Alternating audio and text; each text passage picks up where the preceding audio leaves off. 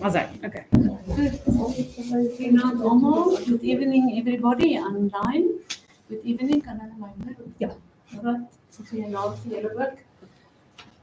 So thank you very much for turning up, and I'm so glad to see all the people here. So but we are also here because of our special guests tonight, Cilliers Brink. Thank you very much for being here and taking the time. I know you are so busy, but you can see what it means to us that you are here today and to talk to us and to see if we can help and what we should do. And Betsy and Andrew Lesh, they are both councillors for Ward 45. And Betsy, you know, all of you, you know Betsy very well, although you might have just seen her name on a WhatsApp, but you know Betsy. And Andrew Lesh, former colonel, he was actually, when he, just before he retired, it was a Brigadier Lesh. He was also a station commander at GarsCom Police Station for some time. So welcome, he is for Ward 83. So baie welkom julle en baie dankie dat julle vanaand hier is. So just to say a little bit about the agenda, Antoinette is just going to give us a short description of GarsCom and what we are doing in GarsCom, and then we are going to ask our guests to take over the rest of the evening. So just before we start, I'll just ask Antoinette to open this. Okay. Now let us pray. Our Father, we thank you that we can have this opportunity to talk about our city and our community and the affairs of our city.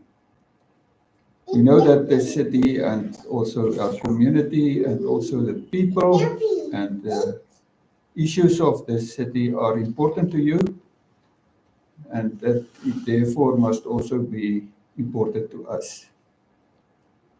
We also know that we are in your hands, that we are not in our own hands, and that we do not have to be afraid or hopeless, but that we can work with energy and with compassion and with motivation. We thank you for those people who are able to serve our community and our city, and we pray that you will lead them and bless them and give them what they need to do their work. We pray for this evening. Will you bless us and make it a good evening for us? In Jesus' name, amen. Okay, thank you very much. I think end of last year I attended a talk that Mr. Brink gave, and I asked a question and he asked what organisation I'm from. I said GarsCom, and he said from Eskom. Like, that's very strange. So I thought it's a good idea to just start today to give a good description of what we're all about, not only for our guests, but also for anyone who might be living in the community. We've always seen the signs, but it's not quite sure what we do. So in the 1990s, end of the 1990s, crime was actually a very big problem in this area. They called it the Wild East. So we had all the things you don't want: murder, armed robbery, sexual assault. You know, it was really a very difficult time in the neighborhood. I grew up in this neighborhood. I remember it from, you know, just waking up during the night, people jumping over the fences. So we tend to think it's always been relatively safe, but that's not the case. And I think it was towards the end of the 1990s, our neighbors across the street had a break-in, an armed robbery, very dramatic. After the criminals left and the police came and everybody was there, it was kind of, you know, we were all shocked. And my mom asked the policeman, you know, what should we do that this never ever happens again? Like, what's the solution to this? And I always think, I don't think he realized the impact he had on this community when he said, the only way forward really is proactive security. The current model we all follow is we all belong to a private security company. If something happens, you press the panic button or the alarm goes off, And then usually the criminals already left once the armed response arrived. If you're lucky, they catch them, but usually the trauma already anyway happened. But with proactive security, the idea is that we always have at least one car that's driving around. He gets to know us, we know the person in the car. And I have so many stories of how they could see something is not right somewhere, not even crime, but medically. We had a woman once, a few years ago, who had an asthma attack. She couldn't notify anyone, and the car actually saw that gate's never open. I wonder what's going on here. And he could get her help. So having people in the car that's always here, that never leaves, that really gets to know us, that's the trick. That's the magic source of GarsCom. So when we started, we approached CHOP. They were CHOP back in the day. We told them, what do you need from us to have at least one dedicated vehicle here all the time? They said, if you have 250 clients, that's enough for all the costs. So quickly, we got 250 clients, and then it was very popular. We got 500 clients almost immediately. So since early 2000s, we've always had 2 vehicles driving around. Every single day, Christmas, New Year, every single day, all the time. I asked ADT the other day, how much do they clock typically in a month? How many kilometers do they drive around here? And it ranges from 3,500 to 4,000 per car in just these few streets. So we're about 2,500 households. That means it's all the way to Cape Town and back and almost again to Cape Town. So you can imagine the amount of patrolling that goes on in these streets constantly. So when we, and like I already said, currently our partner is not CHOP anymore, they don't exist, it's Fidelity ADT. We have a very good relationship with them, they're also here tonight, if you want to chat to them, feel free to do so. But then, back in the day, we actually quickly also reached 750 clients. And they said, well, do you want a third car? That's quite, maybe unnecessary. And we said, no, we want a control room. So if you can help us to build up a control room, that would be our third car.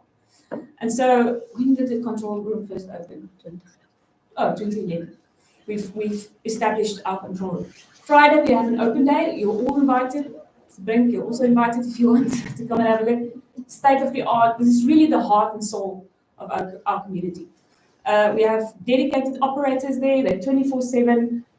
They watch our security cameras, but they also do medical dispatch. When we have water outages, that's where the water is, where Betty leaves the water. So it's a community control. They really the heart and soul. I think of them as a little 911 center of the community. Last week we had someone from a security company to give us a talk on security, and he talked about the importance of security cameras for proactive security, and he kind of said, how many cameras do you have, 3 or 4? And we said, no, 27. And he said, okay, well, you are light years ahead of anyone else. And that we built up over 30 years. So that's not from yesterday, it was really systematically building up our supply. And then the last thing that GarsCom, or that we focus on, is community engagement. So this is really, the other day someone told me, GarsCom is really good in community engagement, but not so much in security. And I said, well, the two are intertwined. This is a partnership between the security company and the community. If you don't have a strong community, there's no partnership. And all the fun events, it's also a lot of fun, which is nice for wherever you want to stay, but it's also very important for security. You get to know your neighbors, you can immediately spot if something's not right. So we value community engagement a lot. Plus, we need a lot of volunteers to make all of this happen. And that's why we love our active community. It works. It's a very cost-effective model. If you want to talk about booming off, we've tried it in the past. Demand is not there, but honestly, I think if you look at the statistics, okay, the small bar, I assume you would have assumed, is GarsCom. The large bar is the rest of the neighborhoods in our police precinct. So we have a fraction of the crime of our neighbors without booms. So we're very cost-effective in preventing crime. My neighbor next to me, when she moved in, she said she was initially very afraid of moving to Pretoria. She moved from a small town. And she went to the police station and said, where can I stay that's safe? And he said, well, GarsCom, it's your only choice. So we see the police even it's when something happened, they also ask us, what happened? Why are we here? It's really the exception that something happens. Now, this is actually currently one of our biggest threats to our security model, because people think it's safe, we don't have to be engaged. We don't have to take part in the model. And that's, ironically, the success of the proactive model is also one of its biggest threats. But more and more, and that's why we're so excited to have Mr. Brink here today, is it's not about security. 99% of the communication we get from the community is streetlights, potholes, grass cutting, lack of spring cleaning. The place is just not being looked after. And this is where we live. It's not nice if you drive around and it's unneat and it's dirty and it's full of potholes and it's dangerous. So we've been trying to get this new frontier of GarsCom started with weekly cleanups. So we've just started. It's a little bit out of our capacity with our current volunteers and our current members. So we really invite anyone to join us in this attempt to take our community back. But with that, I think it's a very good place to give over to Mr. Brink. So I don't think he needs any introduction. He's a member of the DA. He was our former mayor for a year and a half until September last year, currently leading the opposition in Tshwane. And we're really curious to hear tonight from you also what you think, what is the status of Tshwane at the moment, and what we as a simple community in Pretoria can do. Thank you.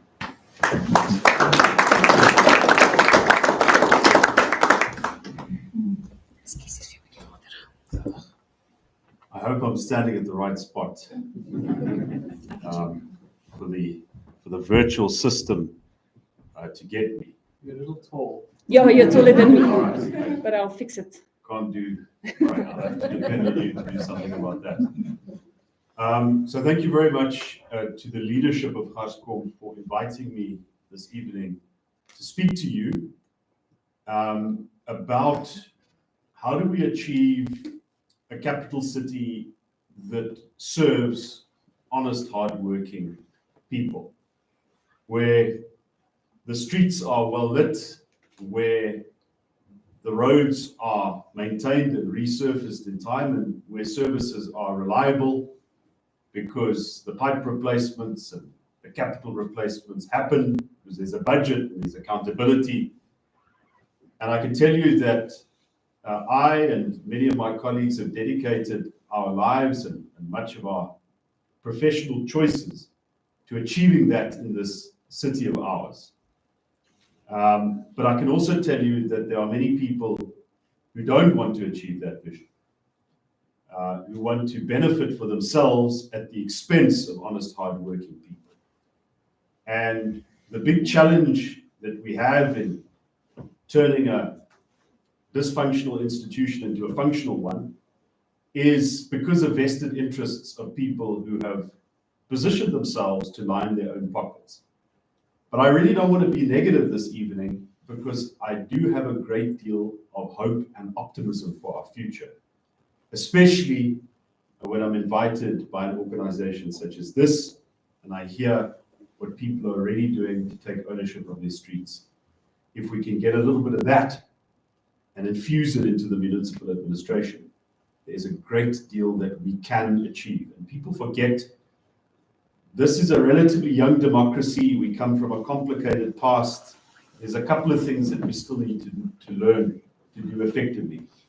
And what gives, as we say in Afrikaans, the deurslag, what makes you to achieve that objective in the long term is a sense of optimism, because the optimists always win, and unfortunately those who are negative tend to prove themselves right. The negative attitude tends to be justified as you influence things in a negative way. I also just want to thank Betsy Basson in particular, who's the councillor for the biggest part of this area. Another professional person who could have done something else with this period in her life, but has decided to contribute it to this community. A lot can be achieved by a dedicated ward councillor, and I know that she is fighting to get the street lights repaired, to get the roads fixed and resurfaced, including getting this road, and I know this road is what is this road called when you turn off Solomon? Yes, I know it because I've got a chiropractor at the end of that road and I know how bad it is. And she's fought really hard to get that onto the IDP and the capital program. And despite her efforts, unfortunately, the funding hasn't been put to that project, but she'll continue to fight to maybe get essential repairs to that road and other roads from the operational budget of the city, as opposed to the capital budget. And I also know that she is fighting for critical pipe replacements, because I know the horror story of 17 pipe bursts in 13 days affecting this area. And of course, every time there's a pipe burst, it's not just affecting the supply of water, it's also waste. That money comes out of your pockets because it is essentially distribution losses in the hands of the municipality. So I know these things because she is a diligent councillor and she follows up and she puts pressure on officials. On the other side of her ward, which doesn't immediately affect this area, but which is worth mentioning, there's a major issue of the Gasfontein substation that, and I know this because the law office where I do my other job is in that part of the ward, constant power outages. And through her determination, her pressure, she got the municipality to do a number of repairs to so-called abnormals on the network that has significantly stabilized the supply. So it is incredibly important to have a ward councillor that is involved, engaged, and plugged in. And we also know that very often the ward councillor becomes the punching bag, even if they're good. In fact, sometimes the good ones become more of a punching bag because the bad ones, people don't know who they are.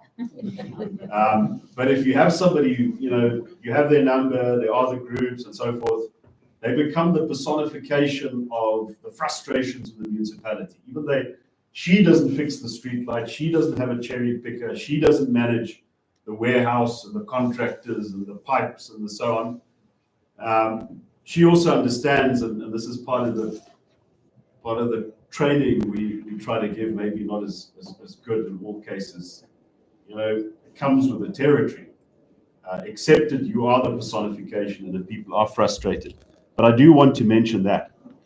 Now, I'm happy to field questions about these issues, and Betsy will also assist street lights, pipe bursts, electricity outages, and road resurfacing. But I thought I'll give you the benefit of a broader view of how the municipality works. Because it's a system and the people that work in the system that produce results. You can fix the street light now, you can fix the pothole now, but if there isn't a system that does that on a regular basis, that holds people to account, as I mentioned, the warehouse that has the stores, the system that keeps the contractors to account, all of that is part of a complicated system. And I thought one of the first things I should do is to explain how a municipality operates. And I hope I don't bore you, but I think this is important. I'll keep it as user-friendly as possible. There are three important players in any municipality. The first is the council. I'm a member of that council. Betsy Basson is a member of that council. Andrew Lesh is a member of that council. In the city of Tshwane, there are 214 councillors. Half of them are elected from wards, and the other half are elected from party lists. So your party gets X percentage, and the overall result is that you'll have X percentage of the seats in the city council for a period of 5 years. The council is important because it is that body that determines the budget, the tariffs, including the percentages on the property rates after the valuations are done. They approve long-term loans, they approve bylaws, they appoint the top officials, including the city manager. They fire the top officials, including the city manager, if they breach the code of conduct. So the council acting collectively, and unfortunately some of you might have seen how those council meetings go. To call it a circus might be charitable. in certain instances. But it is important to understand that a lot of those key decisions are made by vote. Imagine somebody getting fired by a vote. You know, instead of a supervisor deciding you do your job, you don't do your job. We vote on certain of these critical things, and you have to have that vote, you have to have that majority to bring about certain critical changes, to fire incompetent city manager or chief of police, to hire a good one, to make sure that certain things are on the capital budget, to make changes to bylaws and so forth. That's the council. Now, from the council, I want to talk about the election of the second important player in local government, and that's the mayor. And in our system, we have an executive mayor. I had the privilege of having that position for 18 months until I was removed because of coalition politics shifting. I'm not going to talk about that this evening, but the executive mayor has got important functions because the council can't sit every day to make key decisions.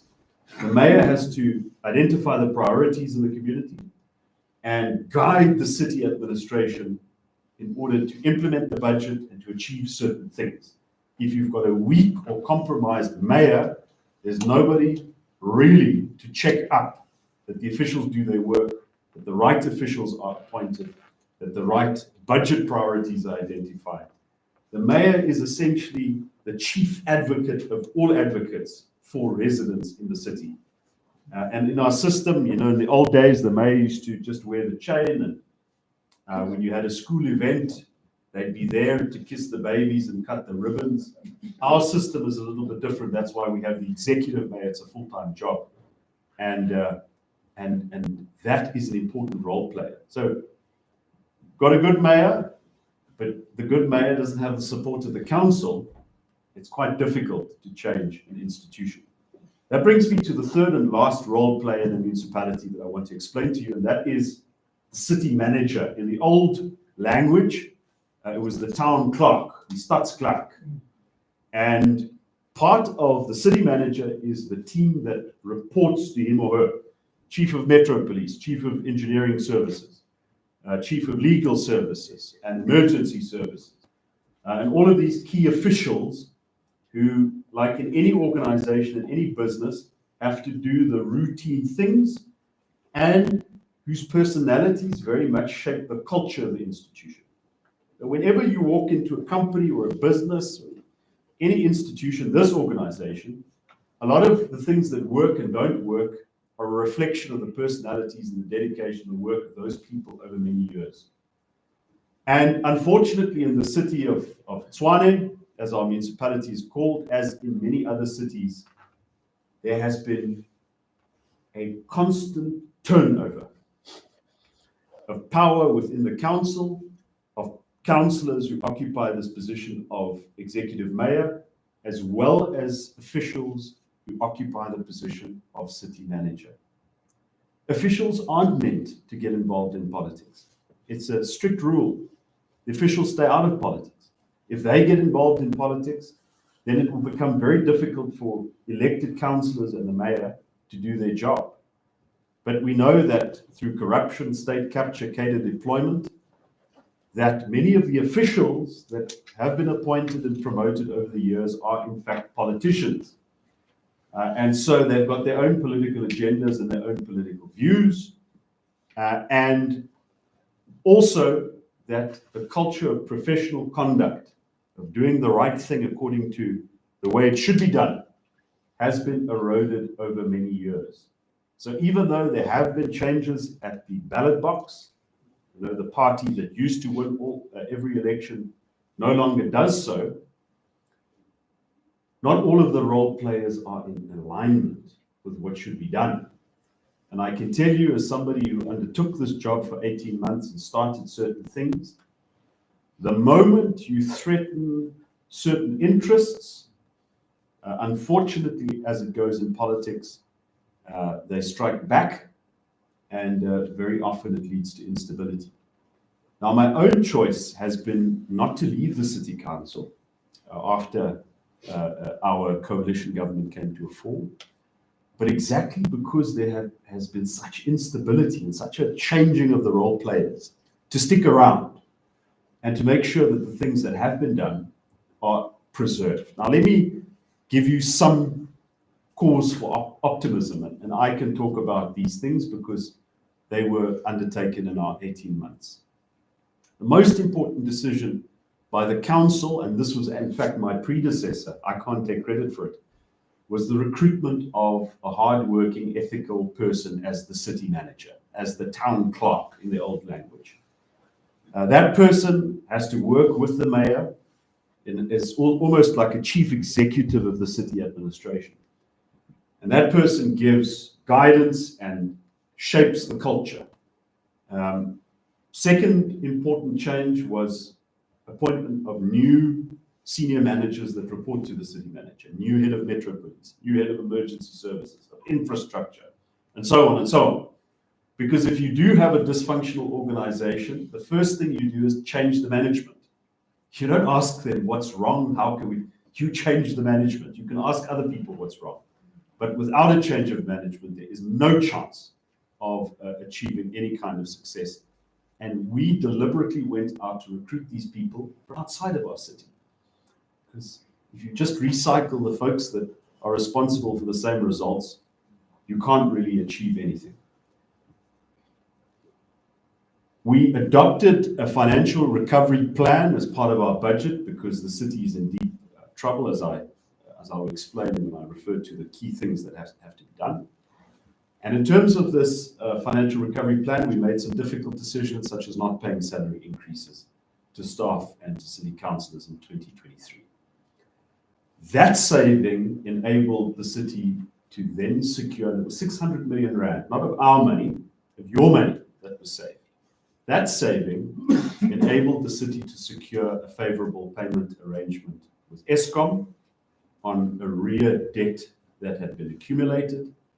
And that payment arrangement and settling that bad debt is incredibly important, as I will explain in a moment's time. There was also an important change of culture in the way that misconduct was handled.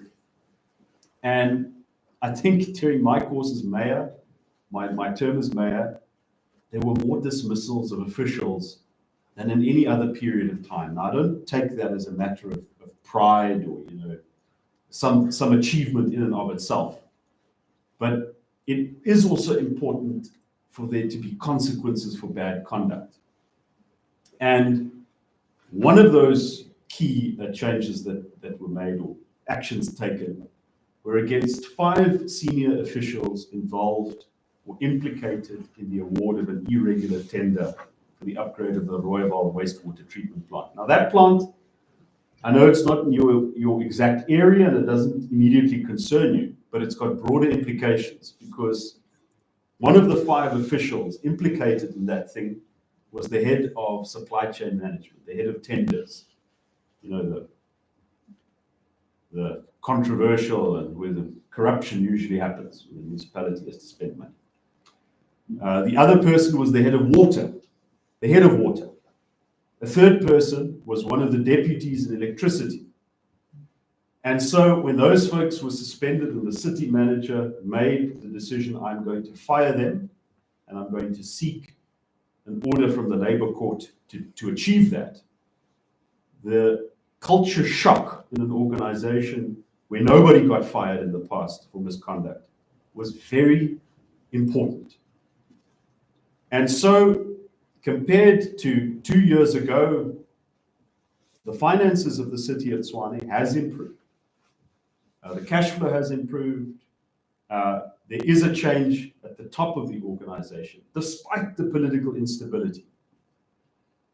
But there are critical things that have to be achieved for us to take that progress forward and for us to achieve that vision of a city that serves honest, hard-working people.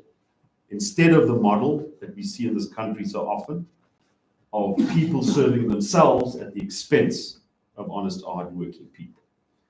So 3 things have to happen in this city. And I'll just explain with reference to a few facts. And I'm going to ask at this point, when I reach my, when I've got 5 minutes left or something, just show me so that, you've spoken too much. Because obviously we have to allow time for questions as well. First thing is, we have to continue improving the financial position of the city. Now, we can't do that by simply putting up rates and taxes. You can't tax a municipality out of trouble. And that's one of the reasons why Betsy and me and Andrew voted against the budget that was approved by the government in the city council, because a lot of that budget depends on a new city cleansing levy, which we don't think is justified in the circumstances. And we also believe that the budget does not give sufficient regard to the impact of higher property rates because of the new valuation rule. So you can't tax a city out of trouble, but what you can do effectively is implement credit control policies, make sure that what's already owed to the municipality is in fact paid, and then cut off, implement the credit control policy basically. But then also reduce your distribution losses, because every time a pipe leaks, that's money leaking out. When you see water, in fact, it's money. It's the difference between what the municipality pays Rand Water for the water and what we can then collect from residents by delivery. If the water leaks out between Rand Water and the tap, that's a distribution loss. Same with electricity. Electricity gets stolen, or if there's some technical defect on your system, between us paying GarsCom and us collecting the money from the residents, or if the heater gets bridged, those are distribution losses. And the next phase of our strategy in taking the city forward, if I have the opportunity of once again leading the city government, would be to focus on that, reducing distribution losses by focused capital spending on those areas that are weakest. You can cut off and you can Swanee Yatima, as we call it, as much as you like. But also, as we say in Afrikaans, you can improve the public health. There are just certain residents who are so indebted that even if you take sale and execution of a property, that won't be enough.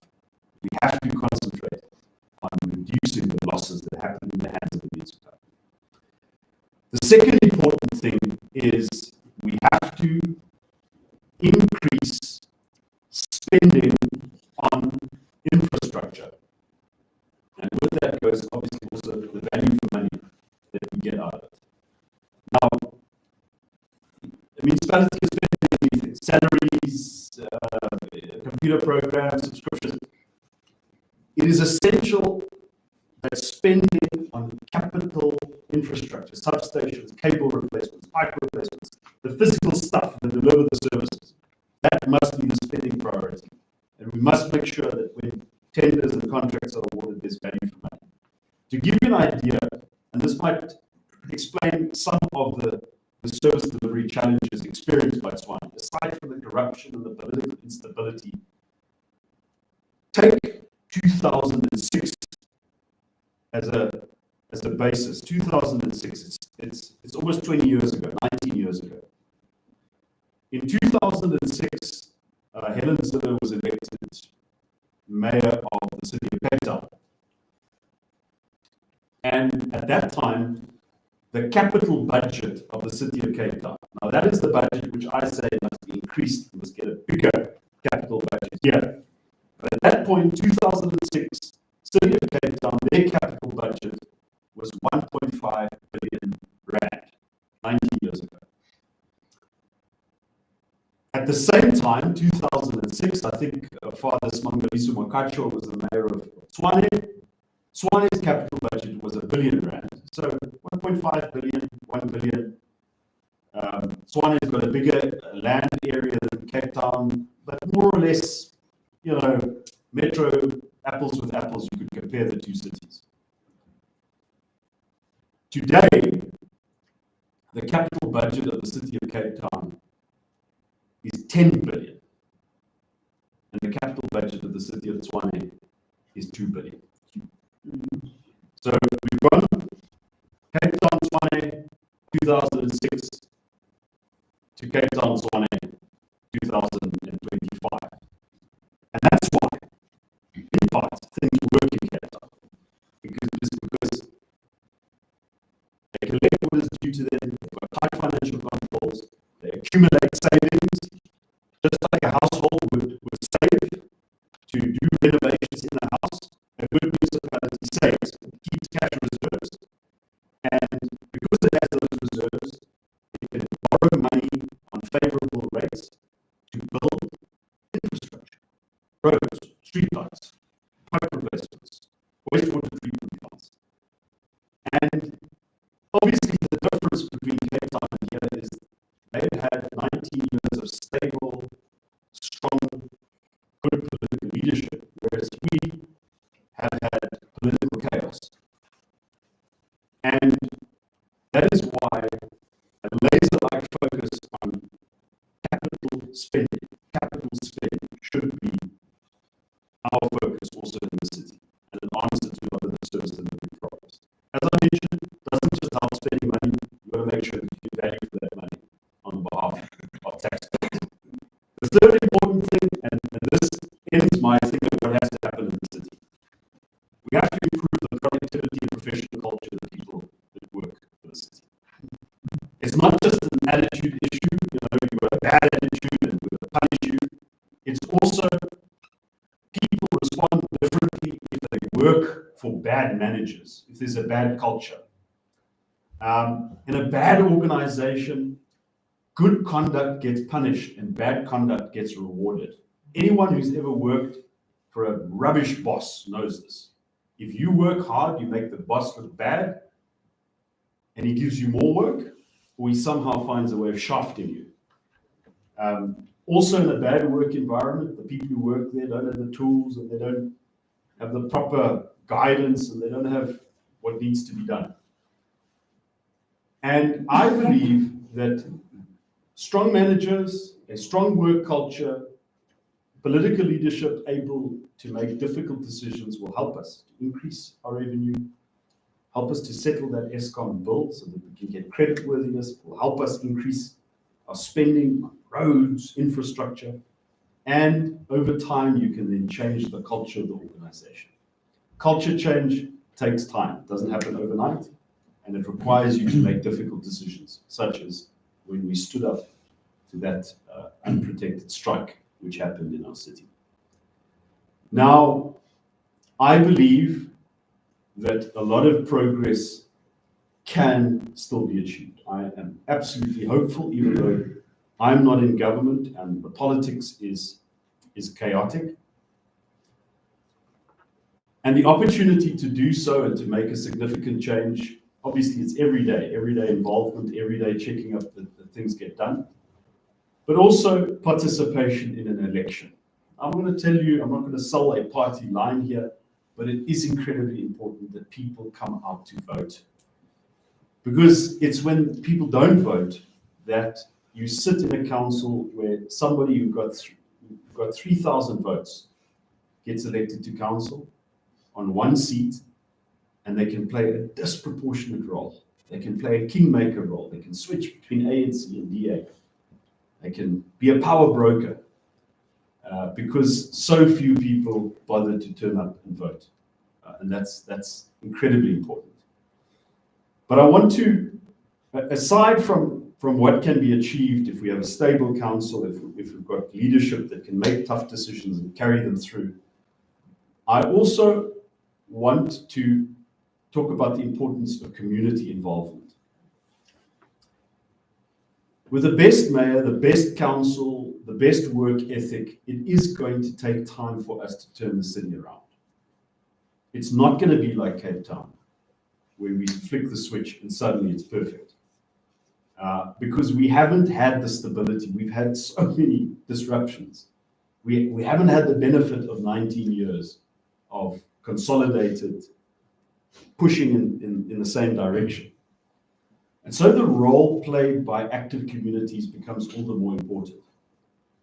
When I was mayor, we initiated what we called community upliftment precincts, which is almost like a city improvement district, if you know what a city improvement district is, where we as the municipality reach a structured agreement with a residents association or a business or private individual to say, we can't do things perfectly in this particular area because of various constraints. Let's make a deal where we then manage the risk, and you can assist us depending on the content of the agreement, to cut the grass or to do streetlight repairs and so forth.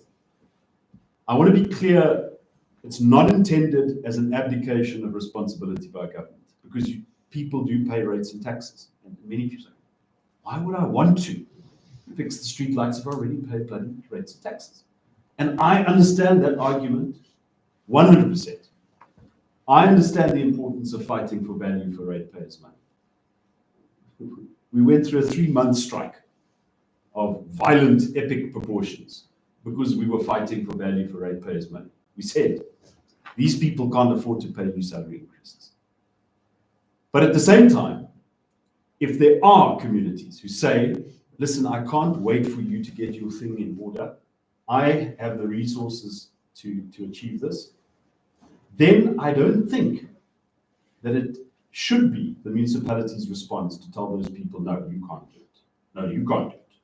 Don't. I think it's better to create a set of rules that facilitate that contribution. Be that as it may, we've rolled out many of these community upliftment precincts across the city, and they work very well in many circumstances. They don't, unlike a community, a city improvement district, it doesn't necessarily involve levying extra money, so you don't get complicated arrangements of that nature. But in my time, I was absolutely amazed by the willingness of communities to organize and to take responsibility, and that is so important. Even if things work perfectly, you still need that. You still need that. I, for instance, saw a lot of the work done by the Moord project, which has done many of the things that you now want to expand into. But to my great shame, I was not aware of GarsCom. I wasn't. I'm sorry for that. That's why I thought she was saying she's from GarsCom. I was like, I've got something to tell you, ma'am. But GarsCom, I haven't got a great deal of history except for what Betsy has given me and except for what I've heard here. But in answer to the question, what can we all do to make a contribution, I would absolutely commend that you join an organization such as this. They haven't asked me to say this. They haven't asked me. As I said, I thought they were ESCOM. So I don't know them really from a bar of soap, except for what Betsy has told me. But well-organized communities, whether it is GarsCom or whether it's the Moord project or whether it's Afri Forum or whether it's whatever, well-organized communities place residents in a position where they can get better support from the municipality, aside from all of the other good things that they do. And I look forward to working with GarsCom in the future to help achieve some of the objectives and to see how we can cooperate perhaps on things like securing the areas around substations so that these substations don't get vandalized or pumping stations don't get vandalized. Instead of paying hundreds of millions of rands for so-called watchman services with people who walk around with things that they don't even have guns.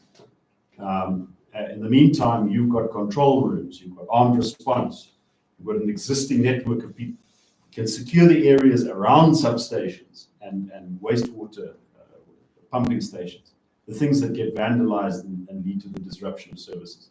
That is a significant thing we can do together.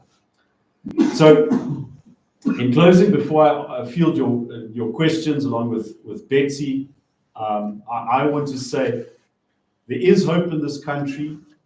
There is a difference that we can make. It is made by people who, at one end, are willing to make personal sacrifices, and at the other end of that spectrum, are simply willing to come to a meeting like this, to ask questions, to engage, even if you don't like me very much, you want to ask me like a snort club question, good. That makes you better than folks who just disengage. So I do have hope we can build a city that really serves honest, hardworking people. and we can turn this country around. I absolutely believe that. Thank you very much.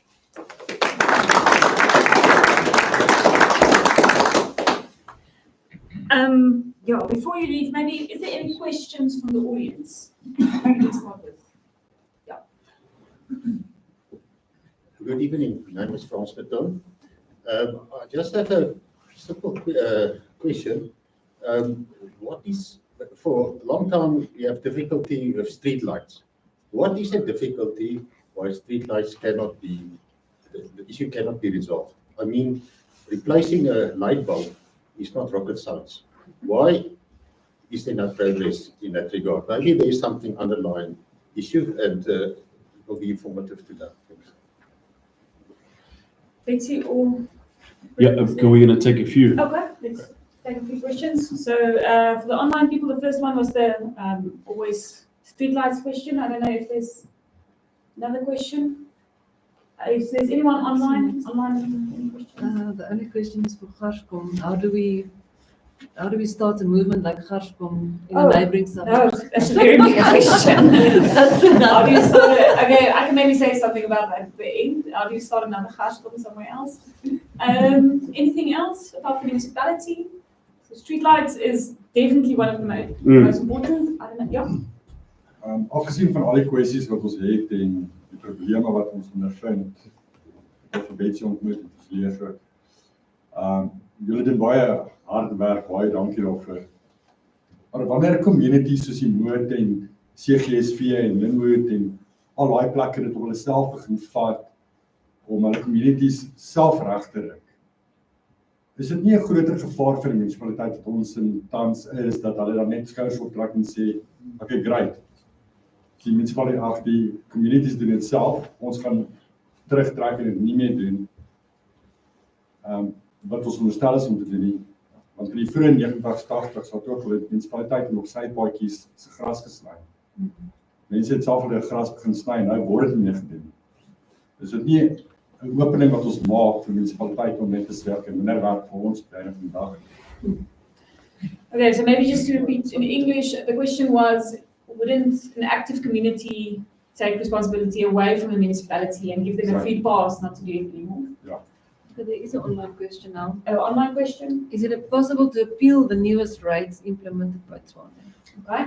Last time we also had a question whether we can organize a tax revolt. I don't know if you want to answer that. But yeah. If there's Don't not have a to bottle answer. question, I'll ask you. Okay. So it's one thing repairing potholes, but is there not a plan to fix roads entirely? Like resurfacing. Resurfacing completely. I think Betsy also have a lot. Yeah. Okay, maybe, yeah. Is there not a possible thing of getting how much turnover the municipality will need for fixing stuff? For instance, on the corner of Beagle and Florian Street, right? There was a part there where the water was running out for 2 months. I phoned. They said, no one arrived. In the end, they did come, and all they did was put a cap on top of the pipe, and that was it. But for 2 months, that water ran out of there like nothing. Also now, and I think Betsy knows about this, there's a manhole on that same corner that's been open now for a month, 2 months. There's cables in there. I don't think they copper cables, I'm not sure. But there are cables in there. The manhole is open and the box, the electrical box next to it is open. So I've asked them to just come and close the manhole. But Maybe I think also Betsy. Okay, the manhole is a fibre manhole. I've taken it up for the city. It's a fibre manhole. So it is not an electrical manhole, so it's a fibre manhole. that's yeah, but why isn't it closed? I mean, if someone walks around It's that not a corner, you municipal can't one. see it. Yeah, it's not a municipal manhole, so That's why they are not coming. Maybe the fiber companies can come. I'll have a look. Maybe we can get somebody to come and play. Oh, I understand. So it's not, it doesn't belong to the municipality at all. It's fiber. Yeah, it's fiber. Okay, so we have to maybe from GarsCom side also contact someone out from. Municipality property, so it has to. I will also reflect on that. Yeah, yeah. Okay. Okay. Is that it? Yeah. All right. So I understand that, I hope I'm on the right spot. Yeah, you're fine.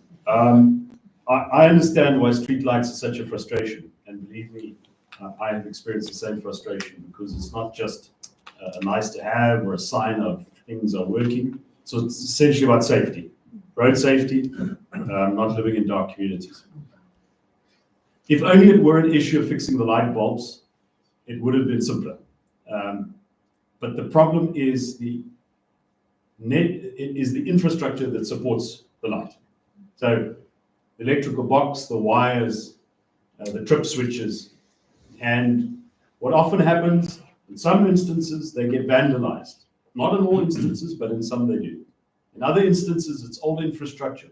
So you can replace the light bulbs, and then a day later, everything is off. But to me, the biggest issue is the way the municipality has traditionally organized work around streetlights. Sorry, where's France? I should have somebody to. Where's France? France? Does it? Sorry, I just need somebody to look at. And I'm answering the question. I've forgotten what. So we discovered, and this was one of the things that we wanted to change. In Ekurhuleni, in Johannesburg, and Cape Town, they've got a dedicated team, a structure on the organogram that works with streetlights. It's called public lighting. Got dedicated people and resources to fix streetlights. In this city, unfortunately, the streetlight obligation belongs to the same people who have to attend to power outages and other routine work. And obviously, when you've got a high spate of power outages, which unfortunately we've had, in fact, since the beginning of this year, Tshwane has had more power outages than when there was load shedding. That is the extent of the backslide that has happened. And I can tell you now, it's not just years of neglect. That is a factor. It's money being taken away from water and electricity by the city government to be given to water tanker contractors and security companies. And that's why you've got this whole thing about overtime, contractors aren't available, be that as it may. The thing is, if you depend on your electricity teams who do all of these other work to fix streetlights, that is a bottleneck that has to be addressed. And our way of solving the issue was we were in the process of creating a dedicated streetlight team. And then you've got somebody to hold accountable for the result. We can't give you a legitimate excuse like, we've had so many power outages. We simply haven't had the opportunity to do it. The other aspect of this, and you asked why is it such, so I'm going into a bit of a deep dive. The way that the electricity team's looking after streetlights. So what happens? You appoint contractors to do it. Now, contractors respond to the incentives that you give them. If the incentive to the contractor is streetlight goes off, we go and send you to repair streetlight, you send us invoice. What's the incentive of the contractor? I'm not casting aspersions. I'm not saying that it's necessarily corruption. It's just there's nothing that pressures the contractor to do it right the first time. So if you do use contractors, maybe a better way of doing it would be to say you are responsible for block X of zone 6 of Ward 45, the following streets. And you're not responsible to fix the light when it goes off. You are responsible to keep that light on. Then you change the incentive structure of the streetlight team. The third thing we looked at, and I know people were ridiculous. How can you even consider that?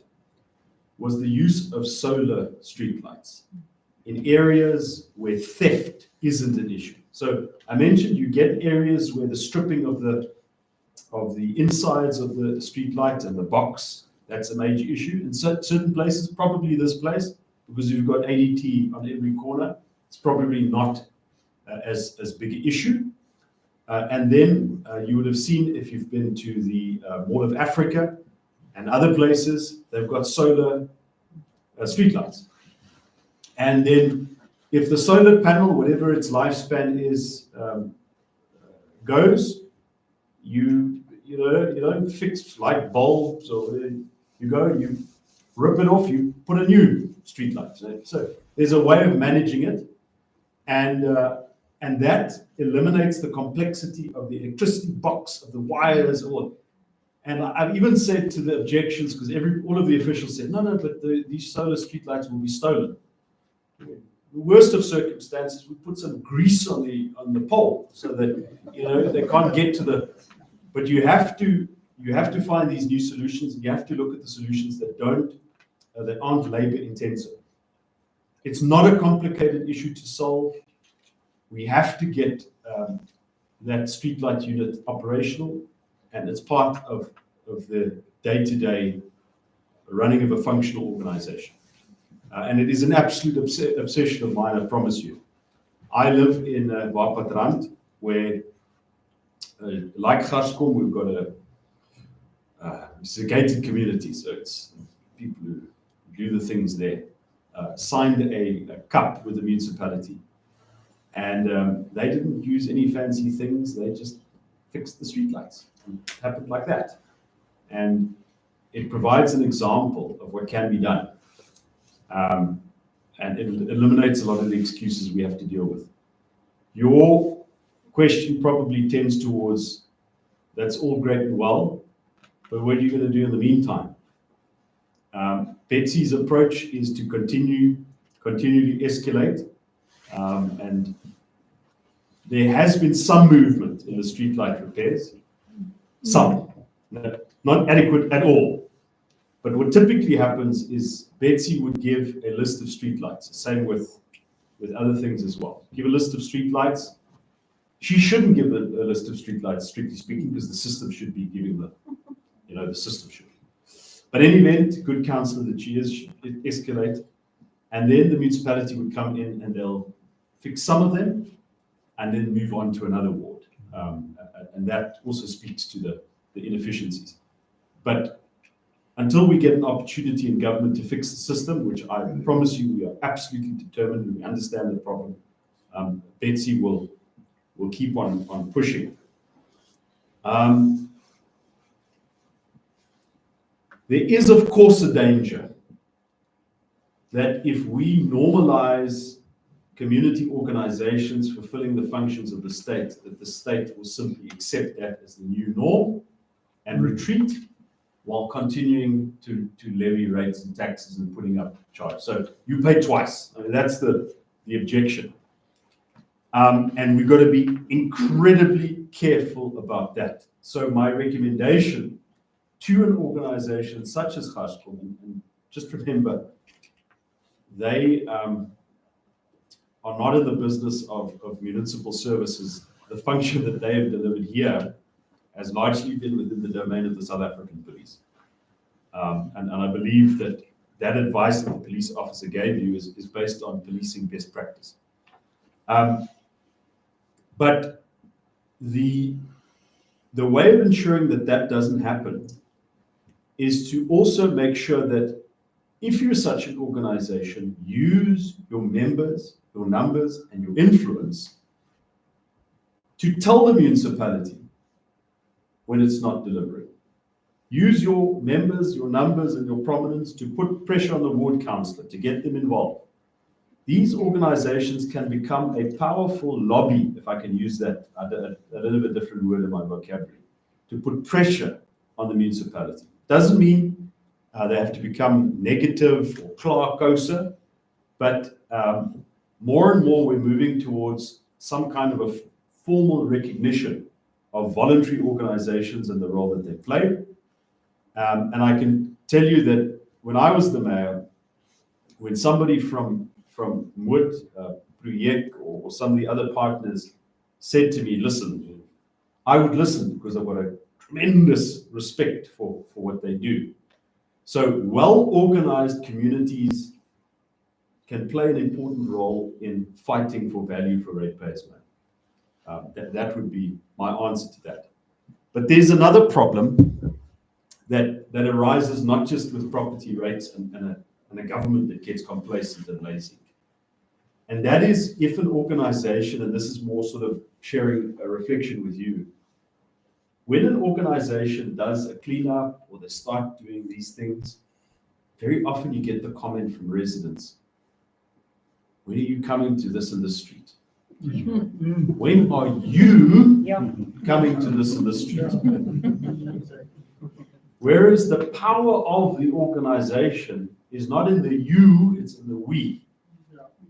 And I don't want to be prescriptive because I'm on the government municipal council side of the argument. But for these things to work, we have to remind people, and even when we DA councillors now in opposition, we do a cleanup or so on, we emphasize that we're doing this as a community action and it's an invitation to join us. So if there's a need in a different street to do this and that, it must be an invitation that then gets accepted and people take responsibility. I think these things can be managed. We are moving away from dependence on the state more and more. That will have implications for how people feel about paying tax, no doubt. It will have implications, especially as the middle class grows, which we hope it does. That depends on economic growth. The more and more people pay tax on a regular basis, and it's very difficult to escape tax once you're a property owner.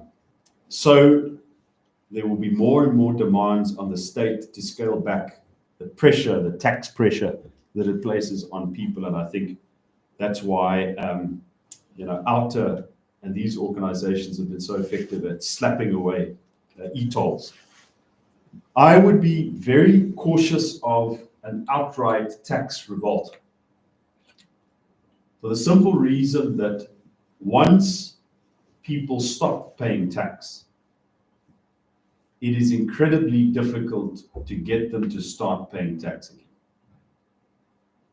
And if it was like a strike, so there's a union, there's a strike, we stop working, and then we go back to work, maybe.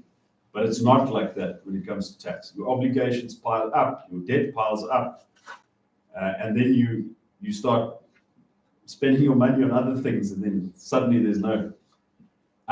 And the important point to make is in many parts of the city, there's already a tax revolt. People simply don't pay their obligations, and that's half of the problem. And some of those people include wealthy people who live in estates and think they're above the law.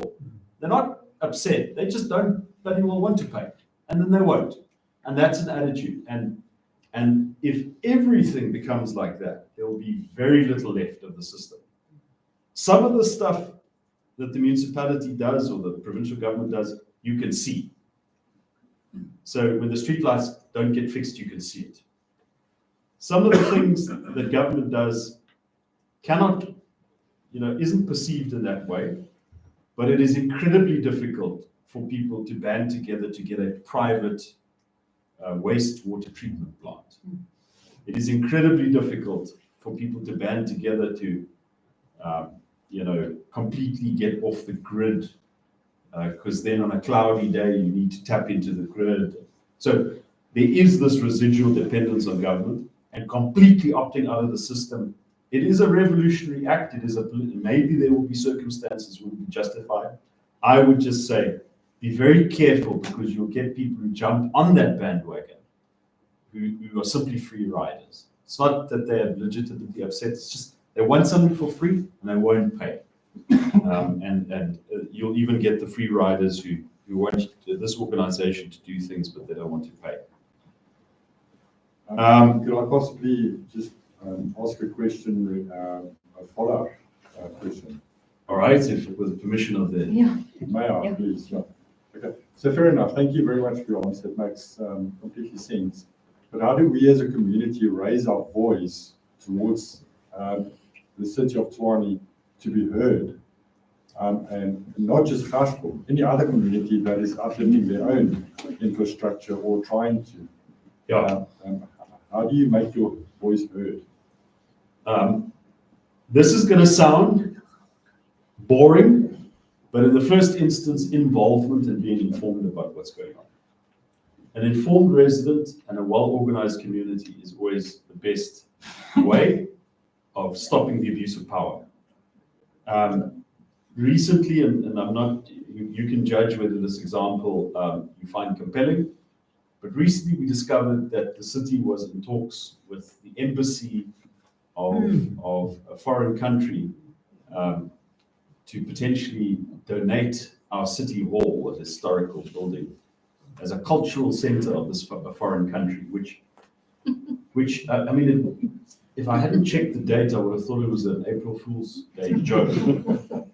But the fact that that was revealed by the media and we then jumped in and piled on created such a reputational risk for the municipality that immediately, even if that was their plan, immediately they started to backtrack. Oh, no, never. We'll never do that. Meantime, when they got the letter, they took the embassy folks straight to the city hall. So by being informed, involved, and then crying out or making a noise or blocking the way, you can make a difference. Unfortunately, sometimes you don't succeed. We tried our best to stop the city cleansing levy from being implemented, and I'm not going to go into that. It's just too long for this meeting. We also try to put pressure on the municipality because there's been a new valuation role. We said, listen, you can have the benefit of a new valuation role. So increase the portion of property value that is not subject to property rates. That's one way of giving relief to people. So it used to be 150,000. The first 150,000 rand of the property value is not levied. We said make it 450,000. Significant relief, but that's what Joburg, Ekurhuleni, and Cape Town does. Or, so the municipality decided to lift it from 150 to 250. So that's something. And they also gave some concessions with regards to the percentages on property. Not sufficient at all, but we use public pressure in a way.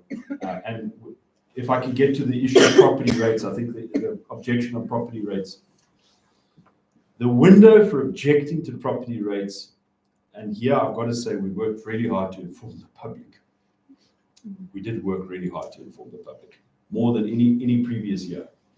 The window to object to the property valuation closed on the 4th of May. 5th of May. So there isn't, if you haven't put in an objection, unfortunately, you've forfeited that opportunity.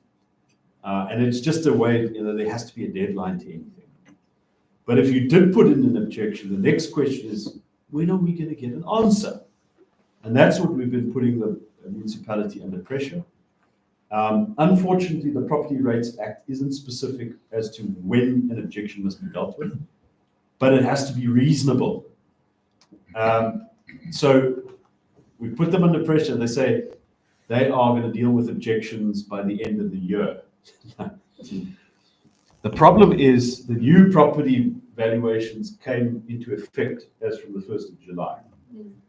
So if you are then going to deal with all of the objections by the 31st of May and you uphold an objection, the practical effect of that will be that they will have to credit the account of the successful objector for the period that they levied higher rates.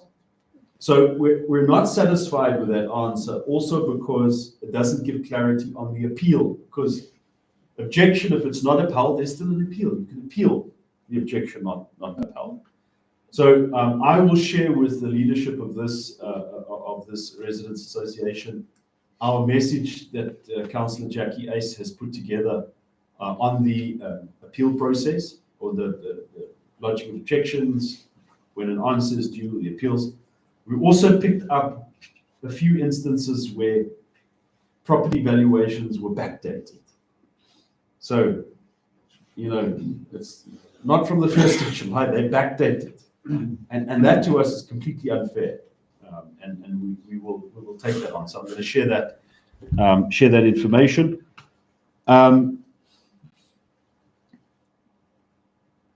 Then, Betsy, I'm not sure if you want to talk about road resurfacing. I think that people particular. are aware that I have had the city here a number of times, especially for St. Bernard Road's resurfacing. And they did send a report the beginning of last year to say that it will be done or it will be put on for 2025. And when I contacted them at the beginning of the year, they told me that priorities have changed. So in the end of the day, currently what we are doing is I have tried with a upgrade of the road to see if we can't put some pressure from the provincial side on the local government to please look into doing something with St. Bernard Road. On the other hand, I've been to the MMCs to ask, please can't they look into maybe not a capital project, but to use some of the other money to see if they can't do the whole road, at least do the intersections that are so bad. I'm still waiting for some feedback on that, but I am taking it up, especially where St. Bernard Road is concerned. But there's been quite a problem with asphalt. Yes. There's been quite a big problem with asphalt, so they haven't been repairing the roads as they usually would have. Yeah, I can add to that the rain at the beginning of the year, the municipality would traditionally, after the rain season, do extensive road repairs. And it's almost this time as if it just didn't happen. Skip them. And if you do that, if you skip a season, then the substrate starts deteriorating very badly. And there's all sorts of excuses, hot asphalt, this or that. It comes down to bad management. We'll put pressure on them. And in fact, I can confirm that Betsy has raised the issue, and she's called in my support to raise the matter of sin bar nuts. This road here to a chiropractor. Yeah. That's all I know is the chiropractor. To see if we can't use operation expenditure because it's not on the capital budget. I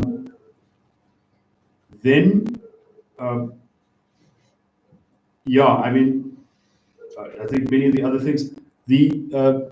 Just the last thing on the fiber manhole cover, Betsy. I think what we could do is, because it's a wayleaf, we could raise that matter with Dion Viljoen at Transport, because there are wayleaf conditions. It's probably on a road reserve. I don't know, but probably on a road reserve with conditions. So we can do that. Listen, I don't mind covering the hole up. I mean, it's a simple thing to do. Yeah. But how can I say? The gentleman here said it's on municipal ground. Of course, yeah. Am I allowed to go there? So maybe we can take this question just afterwards. Okay. Just because we've run out of time a little bit, and we just want to finish up as well. If Betsy will also probably be able to give some more answers on that. I don't know if you want to. Yeah, thank you very much. I appreciate the time given, and I'll make sure that we also share our video communication on some of these more difficult things, processes, objections to property rights with your organization. I just wish you the best of luck, and thank you very much for having me.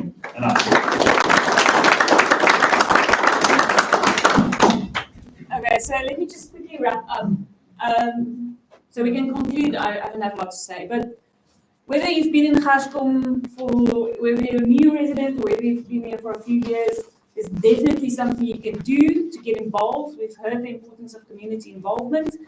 First of all, I mean, if you do have the money to pay 120 Rand a month for us, we can use that money for potholes. We can use that money for even start doing it for streetlights. This is our new domain, right? So security and stuff is relatively taken care of, although we are on a very tight budget. But if we want to do more, we need more funds. And if you prefer, if you think about getting a security company, if you are with Fidelity ADT, then you help all of us because you help pay the cars and you also help pay the salaries of the operators and the control. Now, we do have a lot of people that say, listen, I do not have 120 Rand a month. And I understand that we live in a very difficult economic climate. But then I want you to volunteer some of your time. So, for instance, with the streetlights, Betsy asked us a while ago already to make an inventory of the streetlights, and I've totally forgotten about it. And so, if you really feel like streetlights is a very big problem, I would also ask you to approach us and say, I'll manage the system to get the inventory going. Because you have to do it all the time. I mean, it changes, you fix them, they break again, new one, etc. If you want to get involved in security, definitely we work with SAPS, we work with Metro. It takes a lot of time, and all our volunteers are a little bit thin. And of course, we have community patrols as well, which is an easy way to make a contribution if you want to ride around in the streets for 2 hours. Every 10 or 20 days if you buddy up with someone. If you say that's really not my thing, then just come to us and help us organize some of our events. So we have the night, we have the street lights, we have the food drive. There's a lot of stuff. If you have a new idea, it's your baby, you can do it. Like, we don't care. It's just come, get involved, help us organize the stuff. Communication is currently a very big problem. So if you have time to do social media for us, be a WhatsApp street admin, help with the meetings in the evenings. I'm on a little bit of a deadline, so I won't be able to help with this in the next 6 months. We really need someone, if you can operate cameras, and we really need your help. If you can do Canva, if you can make content, please contact us. And then I've also mentioned the Mood project. We've been in contact with them, so for a little bit of advice, we need 8 people. That's all we need, 8 people. We say once a month for 1 hour on a Wednesday. I will just meet the guys, give them the instructions for the day. I'll take them lunch later. It's 1 hour's work on a Wednesday once a month. So if you have time, if you're retired, if you're flexible work, please let us know.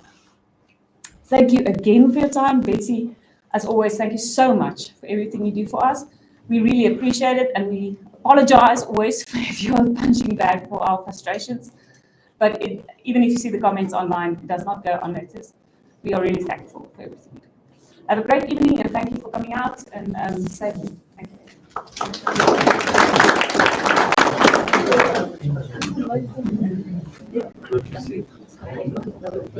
Ja, kinders is seker bly terug.